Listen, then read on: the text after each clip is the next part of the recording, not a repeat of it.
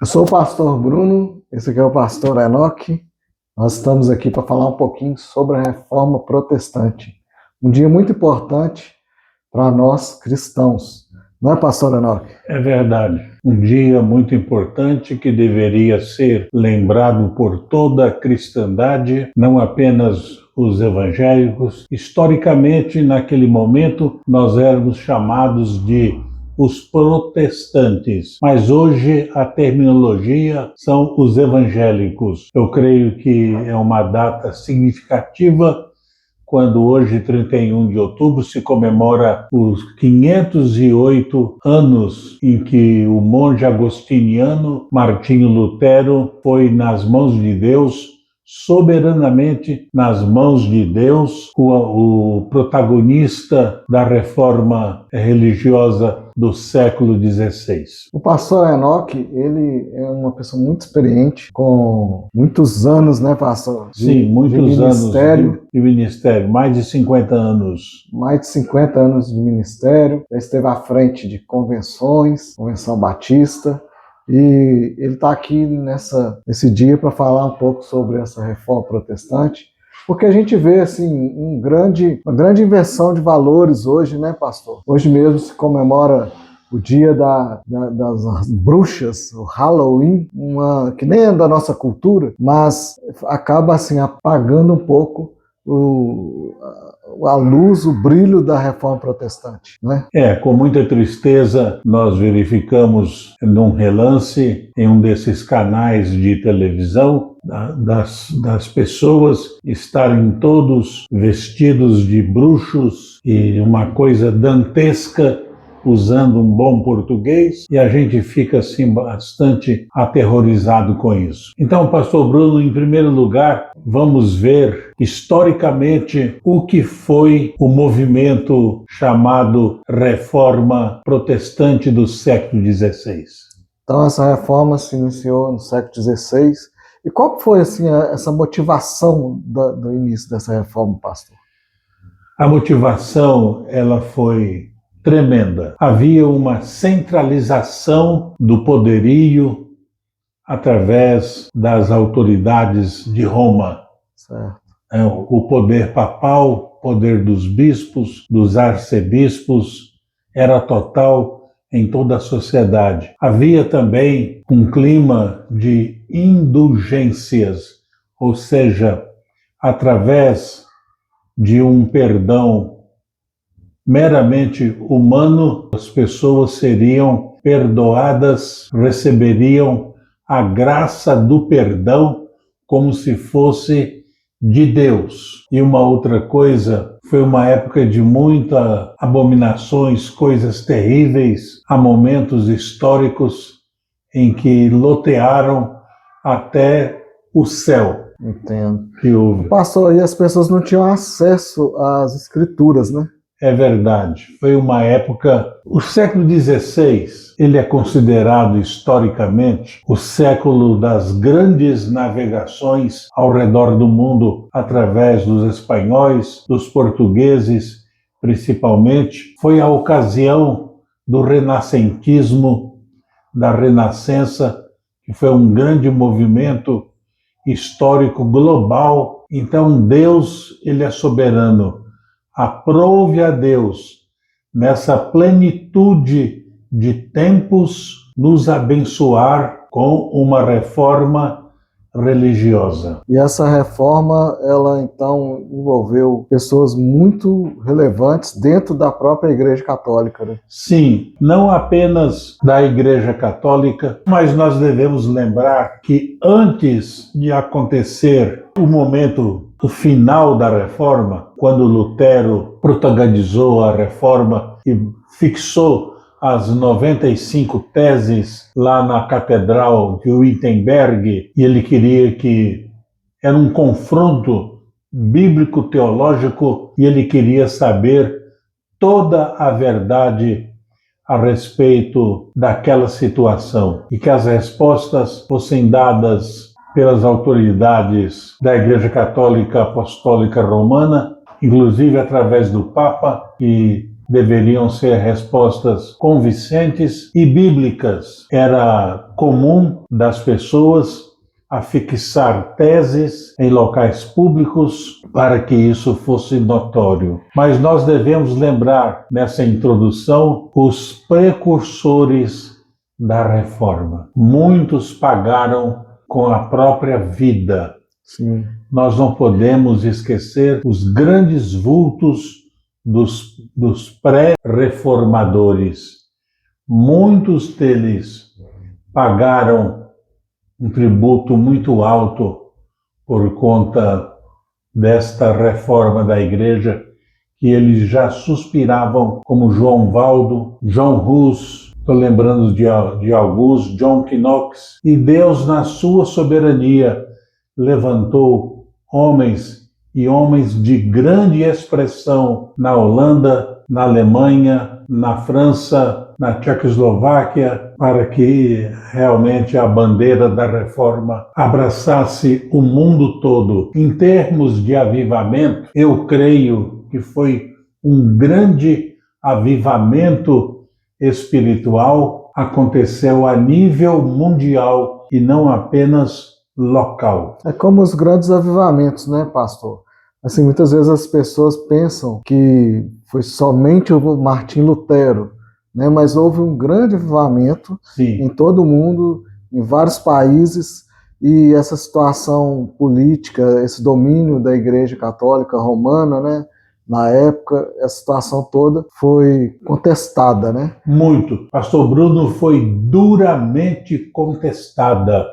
O ápice dessa contestação nós podemos analisar na história verídica, eclesiástica, e as pessoas que me ouvem são versados em história eclesiástica, vão lembrar da noite, a famosa noite de São Bartolomeu, na França, quando milhares de cristãos foram massacrados. Aqui no Brasil, por ocasião do século XVI, logo após o Brasil ser descoberto, e eu creio que o Brasil foi achado, não foi descoberto, não. Sim. Todo mundo sabia da existência do Brasil. Então vieram para cá os portugueses, os espanhóis, e veio também pessoas que eram pastores, que eram a favor do estabelecimento do culto da reforma aqui no Brasil. Mas eles foram rechaçados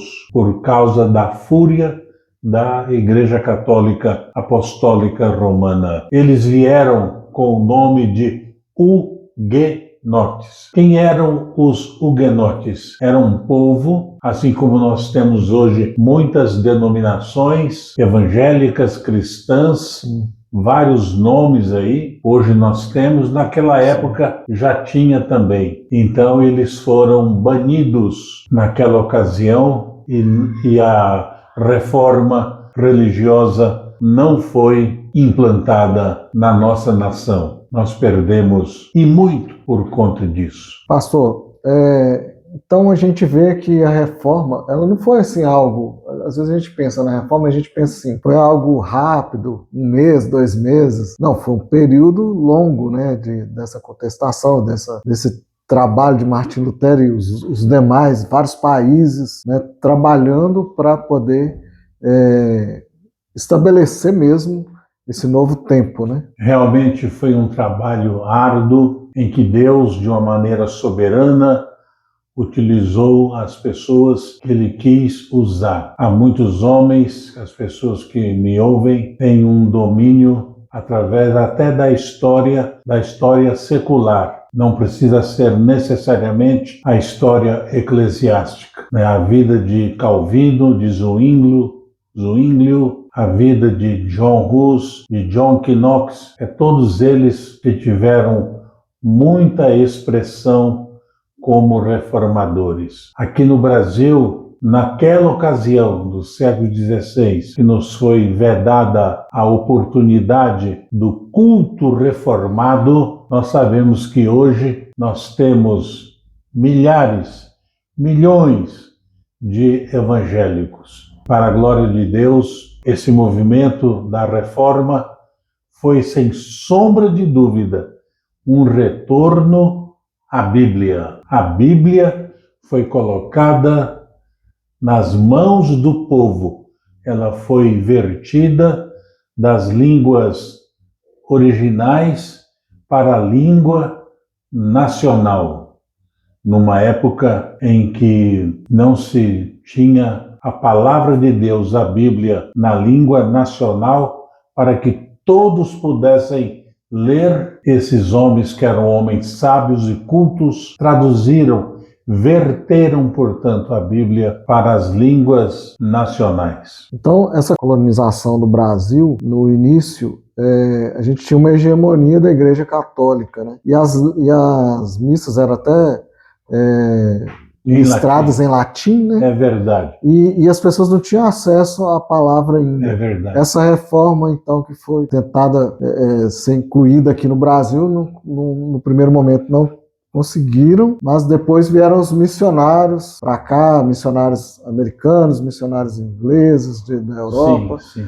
E começaram a trazer, sim, protestantismo, né? Sim. Pela idade do pastor Bruno, ele não vai lembrar disso, mas eu cheguei a ver missas em latim. Sim. Eu cheguei a ver. Eu tenho 78 anos e realmente a gente ia lá e não tinha como entender, né, um culto, entre aspas, uma missa segundo os ritos da Igreja Católica, tudo proferido em latim. Mas nós louvamos a Deus pelo fato de que hoje nós temos a palavra de Deus ao alcance de todas as pessoas. Então, pastor, dentro dessas dificuldades, todos desses reformadores, ainda tinha o povo também, né? Como que era a reação desse povo? Esse povo também devia ter uma dificuldade em aceitar. E eles devem ter sido ameaçados também, né? É verdade, pastor Bruno. Mas acontece que numa época tão difícil, lá atrás, nos anos 1500, 1600, não havia toda essa modernidade de comunicação, mas Deus, na sua sabedoria, ele já estava dispondo as pessoas para algo muito precioso, que foi a imprensa através de Gutenberg. Nós sabemos que nessa ocasião houve um reflorescimento, uma restauração, um renascimento na vida de todas as civilizações, não apenas europeias. Em todo o mundo foi alcançado esse movimento restaurador. Houve esse movimento de restauração nas artes, na pintura, na poesia, na literatura, e Deus é sábio. Realmente as pessoas precisavam saber dessa linda novidade, o acesso direto à Bíblia. No acesso direto à Bíblia, eles foram tomando consciência de tudo aquilo que Deus estava preparando para eles. Bacana demais, né?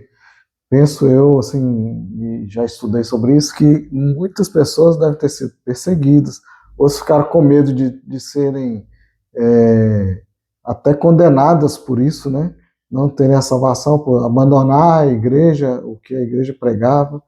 E foi um momento assim importante essa questão de Gutenberg, né, com essa mídia da época, porque hoje, né, seria bem mais fácil com a internet.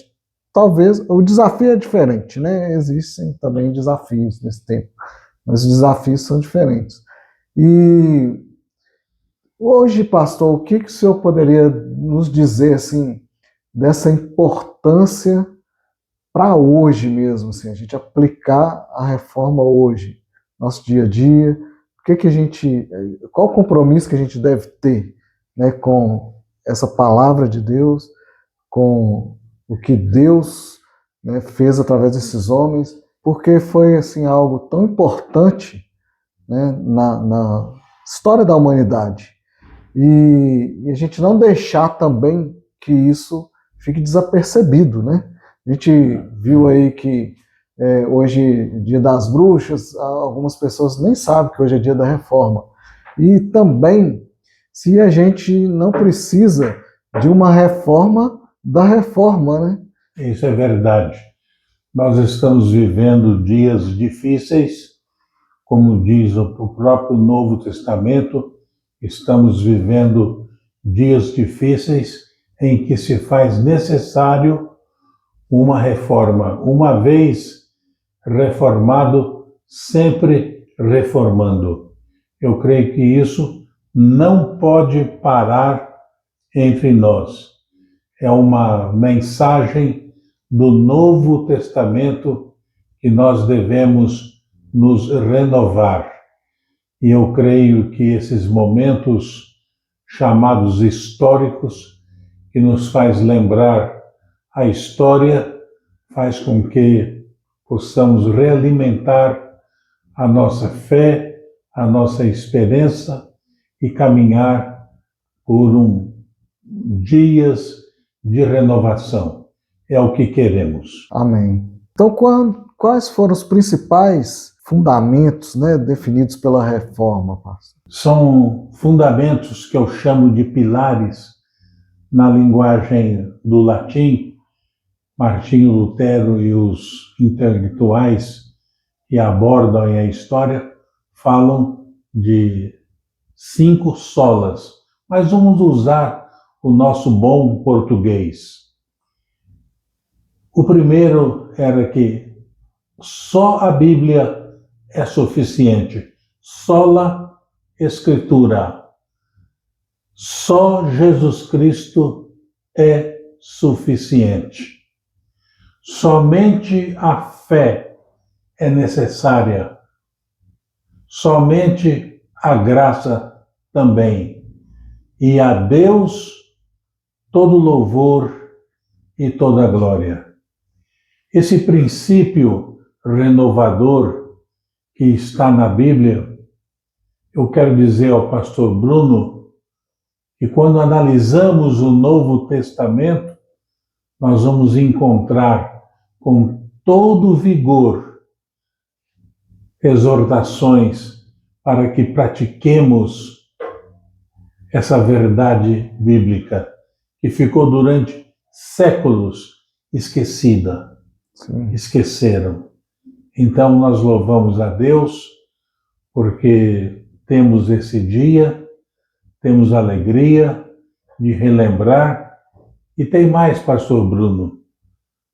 Nós viemos de lá. A primeira igreja batista, a maioria de nós somos formados numa igreja batista. Foi inaugurada em 1509 na Holanda. Então foram pessoas que aderiram à reforma. Há muita teoria aí sobre a origem do povo chamado batista. Eu só não serei batista no céu, mas enquanto estiver aqui na terra, não me preocupo com essa questão de nomes. Eu sou de formação batista e sei que devo isso à reforma religiosa do século XVI. Então, isso é muito importante, né, pastor? Porque a gente vê que a palavra de Deus é que nos dá um embasamento para todas essas coisas. A fé, a pessoa de Jesus Cristo, né? A salvação em Jesus Cristo, a graça. Então, hoje, a gente, através das Escrituras, que as pessoas não tinham acesso, hoje as pessoas podem ter acesso às Escrituras e conferirem até o que nós falamos, os batistas ou os pastores, não é verdade? Então é muito importante a reforma protestante e que a gente possa sempre divulgar isso, né? Verdade. E foi muito pesado para esses reformadores, por causa dessas perseguições. E não foi também assim algo que aconteceu da noite para o dia, né? Teve muito trabalho para poder chegar a esse ponto que nós temos hoje, que é essa liberdade de lermos a palavra, interpretarmos a palavra, né? É verdade. Pastor Enoque, foi um prazer falar com o senhor sobre isso, né? A gente discutir sobre a reforma protestante nesse dia tão importante. Hoje é o dia dessa reforma, né? Aniversário da reforma, né? E a gente compartilhar isso, porque a gente vai poder também passar isso para as outras pessoas. E foi muito bom estar com o senhor aqui. Eu que agradeço essa oportunidade de estar transmitindo aí para milhares e milhares de pessoas que nem nos conhecem, e sabemos que Deus nos faz lembrar essas coisas tão boas para que adentremos numa jornada de verdadeiro renovo como cristãos. Uma vida realmente reformada. Não podemos nos contentar com os moldes desse mundo iníquo. É o brado de alerta para todos nós. Muito obrigado, Pastor Bruno. Muito obrigado a todos que nos ouvem e que Deus nos abençoe nessa retomada desse renovo que tanto precisamos. Muito obrigado por você que nos escutou até aqui. Que Deus abençoe sua vida. Não deixe de sempre estar lendo a palavra do Senhor. Essa palavra que foi liberada para nós. Deus abençoe. Amém.